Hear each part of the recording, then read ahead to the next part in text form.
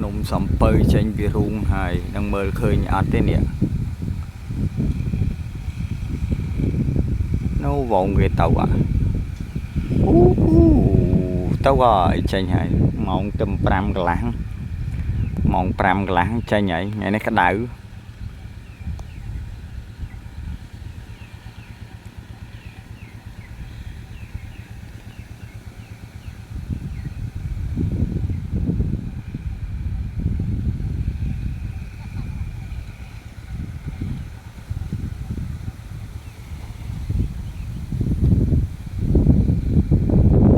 khơi nhạt thế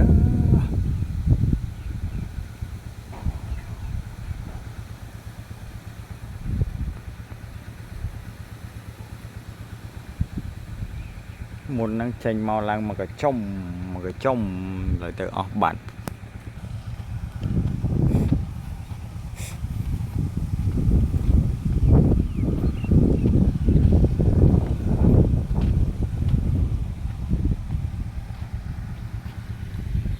tật có sao nam gọi bánh này nó